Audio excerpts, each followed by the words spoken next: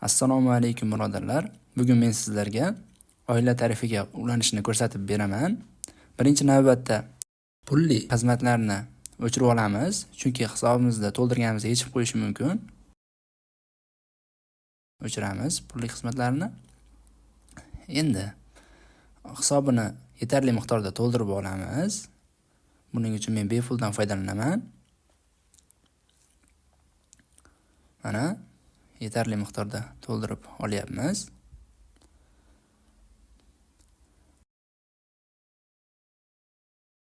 Yetarli miqdorda to'ldirib olganimizdan so'ng tariflar bo'limiga o'tamiz va Oila Maxga ulanmoqchimiz biz. Shunda Oila Max ulanishni bosamiz. Mana ulanyapti.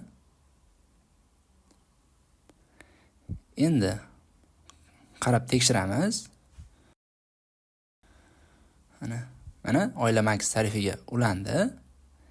Endi bu yerdan biz boshqa ishtirokchi qo'shmoqchimiz. Ishtirokchi qo'shishni bosamiz va telefon raqamini kiritib bo'ldi. Endi narigi ishtirokchidan taklifni qabul qilishni bosamiz.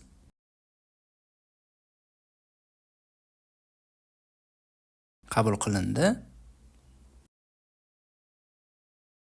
Asosiy boshqaruvchidan tekshirib olamiz. Nomer ulandi. Endi ishtirokchini tekshiramiz. Mana u ham ulandi. E'tiborlaringiz uchun rahmat. Sog' bo'linglar.